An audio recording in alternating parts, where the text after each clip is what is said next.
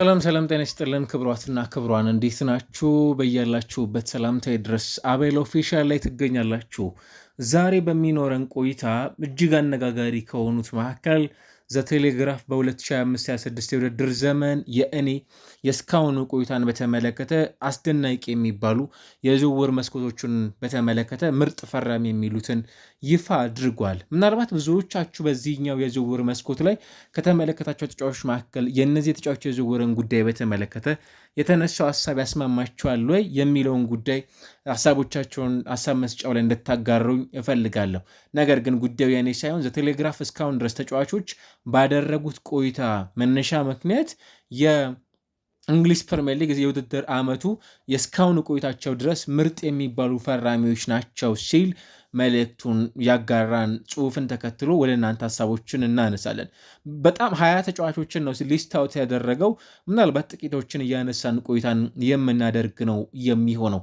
ከቁጥር አንዱ ተጫዋች ስንጀምር በዚህ ውድድር ዓመት በማንቸስተር ዩናይትድ እጅግ አስደናቂ የሚባል ጊዜን እያሳለፈ የሚገኘው ከብሬንፎርድ ወደ ማንቸስተር ዩናይትድ የመጣው 65 ሚሊዮን ፓውንድ የወጣበት ብሪያን ኤምቤሞ የእስካሁኑ ቆይታን በተመለከተ በዚህ ቡድን ውስጥ በጣም አስደናቂ የሚባል ፐርፎርማንስ እንደማሳለፉ መጠን የእንግሊዝ ፕሪሚየር ሊግ ምርጡ ቁጥር አንዱ ፈራሚ የሚል ሀሳቡን አስቀምጧል። በማንቸስተር ዩናይትድ ታሪክ ምናልባትም በቅርብ ዓመታት ከተመለከትናቸው የተጫዋቾች የዝውውር ጉዳዮች ላይ በጣም አስደናቂ ፐርፎርማንስም ጭምር እያሳለፈ የሚገኝ ጎሎች ጋር ያለው ጥራት ደግሞ ለዚህ መነሻ ምክንያትም ጭምር እንደሆነው የሚያሳይ እናም ደግሞ እነዚህ ተጫዋቾች የወጣባቸው ገንዘብ ከዛ ባለፈ ሜዳ ውስጥ ያሳለፉትንም ጭምር ፐርፎርማንስ በቁጥር በማስደገፍ የእስካሁን ቆይታዎቻቸውን በተመለከተ ኢቫሉዌት በማድረግም ጭምር ነው የፕሪሚየር ሊጉ የኔ ምርጥ ፈራሚዎች የሚለው።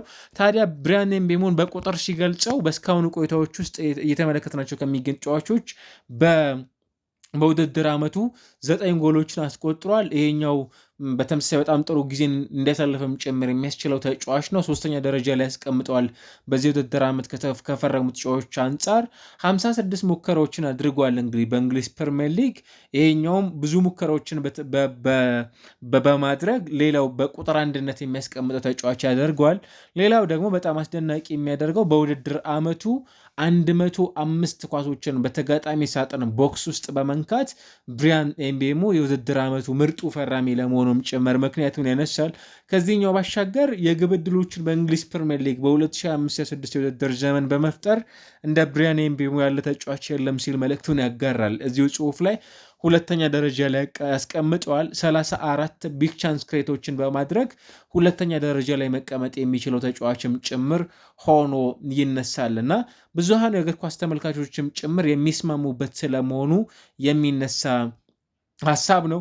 በነገራችን ላይ ድምፆችም ጭምር እንዲቀመጡ አድርጓል ዘአትሌቲክ በዘቴሌግራፍ በዚህ ጉዳይ ላይ።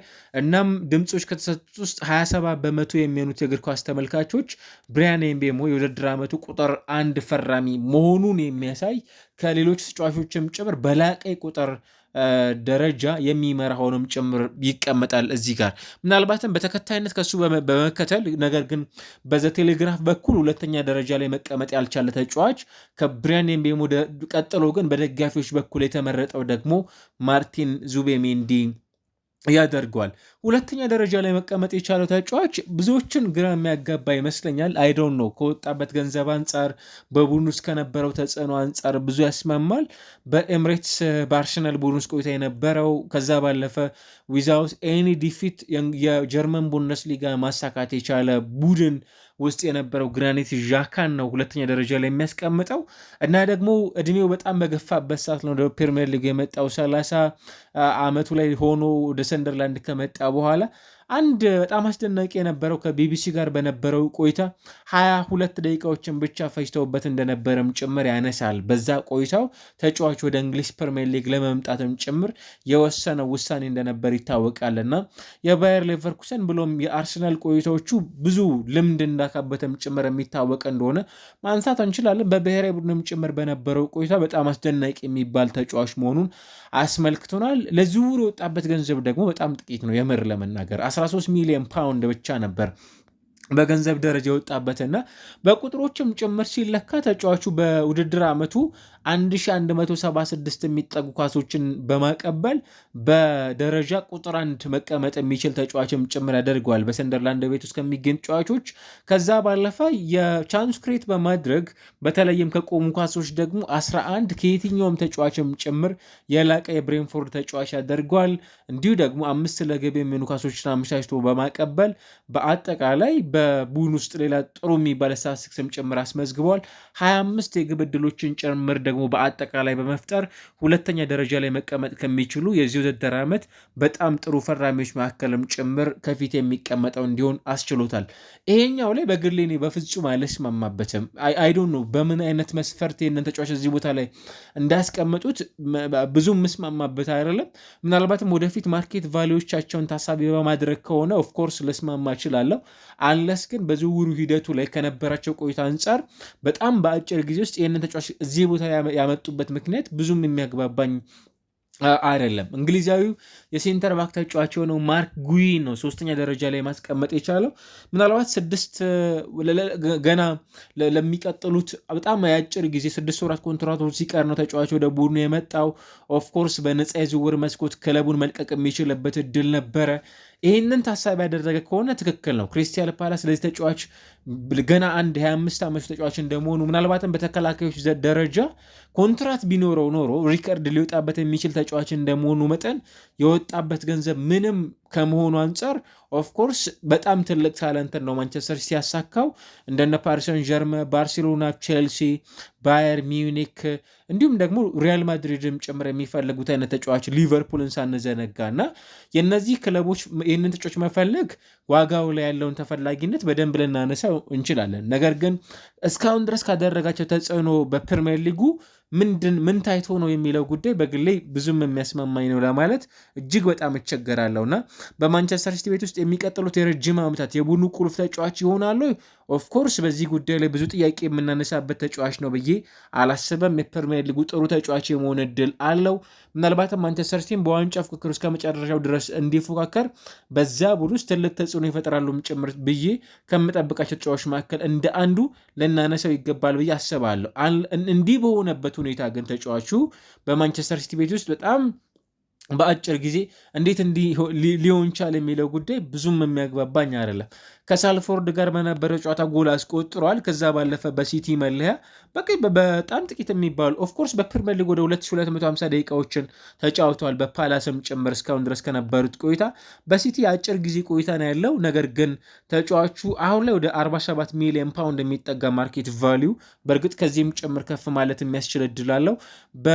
እንደዛ ቴሌግራፍ መረጃ ከሆነ 3ኛ ደረጃ ላይ የሚቀመጥ ተጫዋች ያደርገዋል። 4ኛ ደረጃ ላይ የሚቀመጠው ተጫዋች ስቲል ከምትገምቱት ቁጥር አንጻር ካየነው የሚሆን አይመስለኝም። ሴኔ ላመንስን ነው የሚያስቀምጠው። ቤልጅየማዊው የማንቸስተር ዩናይትድ ግብ ጠባቂ እንደነ ኤሚሊያኖ ማርቲኔዝን ማንቸስተር ዩናይትድ በገበያው ላይ ሲፈልግ ከነበረበት ቆይታ በኋላ ይበልጥ ለብዙዎች አሳማኝ ሆኖ የተመለከት ነው።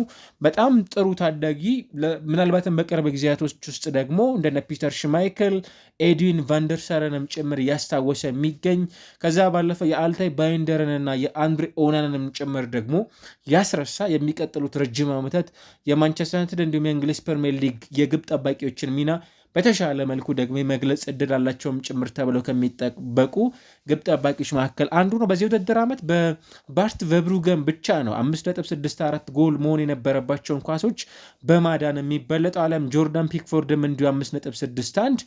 ከዚያ ባሻገር ግን በፕሪሚየር ሊግ ወደ 5.59 የሚሆኑ ግብ መሆን የነበረባቸውን ኦልሞስት ወደ 6 ጎሎችን ማዳን የቻለ ግብ ጠባቂ ነው። በቅርብ ደግሞ እንደምታስታውሱት ዌስትሃም ጋር እንዲሁም ከኤቨርተን ጋር በነበሩ ጨዋታዎች ላይ በጣም አይነኬ የሚባል ግብ ጠባቂንም ጭምር መሆኑን ያስመለከተበትን ጨዋታ ያሳየው ፐርፎርማንስ ፍጹም አስደናቂ ነበር እና 4ኛ ደረጃ ላይ ተቀምጧል። 5ኛ ደረጃ ላይ የሚቀመጠው ግብ ጠባቂ ነው ጂያንሉጂ ዶናሩማ ከማንቸስተር ሲቲ። ምናልባት የተጫዋች ከፓሪስ ሰን ዠርመን የትሬብል አሸናፊ ኳድራፕል አሸናፊ ከነበረው ቡድን ወደዚህ ቡድን የመጣው ጄምስ ትራፎርድን አስቀምጧል። ኤደርሰን ደግሞ ከዚህ ቡድን መለያየቱን ተከትሎ የዚህ ቡድን ቀጣዩ ተረካቢ መሆኑንም ጭምር ያስመለከተ ነው። ምናልባት በፕሪሚየር ሊጉ ከዳቪድ ራያ ቀጥሎ ብዙ ክሊንሺቶችን ማስመዝገብ የቻለውም ተጫዋች ያደርገዋል 10 ክሊንሺቶችን። ከዛ ባለፈ ከኤሚሊያኖ ማርቲኔዝ ቀጥሎ ደግሞ በእንግሊዝ ፕሪሚየር ሊግ 73 በመቶ የሚሆኑ ኳሶችን ሴቭ በማድረግ ቁጥር 2 ላይ ያስቀምጧል። 23 ኳሶችን ፓንች አድርጓል በእንግሊዝ ፕሪሚየር ሊግ እና ይህም በጣም ብዙ ኳሶችን ፓንች ያደረገው ሶስተኛው ግብ ጠባቂ ሲያደርገው 79.5 በመቶ ደግሞ የሚያቀብላቸው ኳሶች የተሳኩ በመሆን በእንግሊዝ ፕሪሚየር ሊግ ሁለተኛ ደረጃ ላይም ጭምር የሚያስቀምጠው ተጫዋች ያደርገዋል 78.2 ከአሊሰን ቤከር ቀጥሎ። ስለዚህ ጂያንሉጂ ዶናሩማ አምስተኛው ምርጡ ፈራሚ የሚል ቁጥርን አስመዝግቧል። ቀደም ሲል መግቢያ ላይ አንድ ነገር ሳጋራችሁ ነበር። በተመልካቾች ድምፅ አሰባሰብ ላይ ዘቴሌግራፍ ምንድን ነበር ያደረገው? ባስቀመጠው ፖል ሁለተኛ ደረጃ ላይ በደጋፊዎች የተቀመጠው ተጫዋች አሁን በአጠቃላይ በጸሐፊያኑ በኩል ደግሞ ስድስተኛ ደረጃ ላይ የተቀመጠው ማርቲን ዙቤሜንዲ ይሆናል። በቴሌግራፍ ስድስተኛ፣ ከዛ ባለፈ ደግሞ በተመልካቾች ደግሞ ሁለተኛ ደረጃ ላይ መቀመጥ የሚችለው ተጫዋች ነው። ይህ ተጫዋች ከሪያል ሶሲዳድ ወደዚህ ቡድን ሲመጣ በጣም ተስፋ የሚጣለበት ነበር። እንደ ሊቨርፑል፣ ቼልሲ ያሉ ክለቦች ይፈልጉት ነበር። ኢቭን ሪያል ማድሪድም ጭምር ተጫዋቹን ይፈልገው እንደነበር ታስታውሳላችሁ። አሁን ላይ ማርኬት ቫሊዩ ወደ 100 ሚሊዮን ፓውንድ በላይ የሚጠጋ ገንዘብ የሚገመት ተጫዋች ነው። በወቅቱ ግን 60 ሚሊዮን ፓውንድ ነበር አርሰናሎች ለዚህ ተጫዋች ያወጡበት ገንዘብ። ምናልባት በእንግሊዝ ፕሪሚየር ሊግ በጣም ጥሩ የሚባል ቆይታ ጭምር ነው እያሳለፈ የሚገኘው። ከዛ ባለፈ ማርቲን ዙቤሜንዲ ወደ 296 አካባቢ የሚጠጉ በእንግሊዝ ፕሪሚየር ሊግ ምናልባትም በኦፕን ፕሌይ ብዙ ኳሶችን በማቀበልም ጭምር የተሻለ ቁጥር ያለው ተጫዋች ያደርገዋል። ከዛ ባለፈ በእንግሊዝ ፕሪሚየር ሊግ በዚህ ውድድር ዓመት ብዙ ደቂቃዎችን ከተጫወቱ ተጫዋቾች መካከልም ጭምር ደግሞ በቁጥር መቀመጥ ይችላል። ወደ 2360 ደቂቃዎችን በእንግሊዝ ፕሪሚየር ሊግ አሳልፈዋል። ብዙ ጨዋታዎችን ያከናወኑ ተጫዋች ነው። 27 ጨዋታዎችን በቢውልድ አፕ ፌዝ ላይ ብዙ ኳሶች ላይ ተሳትፎ ማድረግ የቻለው ተጫዋች እሱ ነው።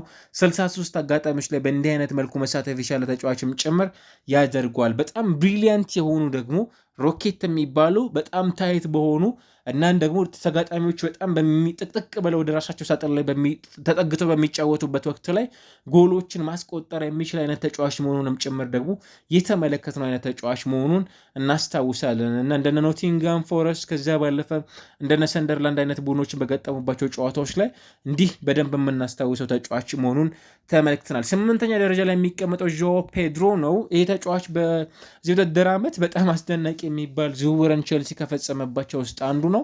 60 ሚሊዮን ፓውንድ ነው። የዓለም ክለቦች ዋንጫን ከቼልሲ ጋር አሳክቷል። ከዛ ባለፈ ደግሞ 14 በዚህ ውድድር ዓመት 14 ጎሎችን አስቆጥሯል። ይሄኛውን በጣም ጥሩ የሚባል ጊዜን እያሳለፈ የሚገኝ ተጫዋች መሆኑን የምናነሳለን። ምናልባት የውድድር ዓመት ከጀመረ በኋላ በዚህ ውድድር ዓመት በኢጎር ቲያጎ እንዲሁም ደግሞ በኤርሊንግ ብራውት ሃላንድ ብቻ የመበለጥ እድል አለው በርካታ ጎሎች ላይ ተሳትፎ በማድረግ በእንግሊዝ ፕሪሚየር ሊግ እና 17 ጎሎችን በአጠቃላይ በውድድር ዓመቱ በጣም የተሻለ ተሳትፎንም ጭምር ያደረገ ተጫዋች ነው። ከክለብ ወርልድ ካፕ በኋላ ባሉት ቆይታዎችና 8ኛ ደረጃ ላይ ነው የሚቀመጠው። 9ኛው ላይ ሮቢን ሮፊስ ነው ግብ ጠባቂ ኔዘርላንዳዊ የ21 ዓመት ግብ ጠባቂ የሆነው ምናልባትም ከኒስ ወደ 9 ሚሊዮን ፓውንድ ብቻ ነበር ተጫዋች ወጥቶበት የመጣው። 23 ዓመቱ ላይ ነው። ለፕሪሚየር ሊጉ በጣም አዲስ ነው። ደግሞ ገና ከመምጣቱ በእንግሊዝ ፕሪሚየር ሊግ በጣም የተሻለ ሶስተኛው ብዙ ሴቭ የማድረግ እድል ኳሶችን ሴቭ ከሚያደርጉ ግብ ጠባቂዎች መካከል አንዱም ጭምር ያደርገዋል።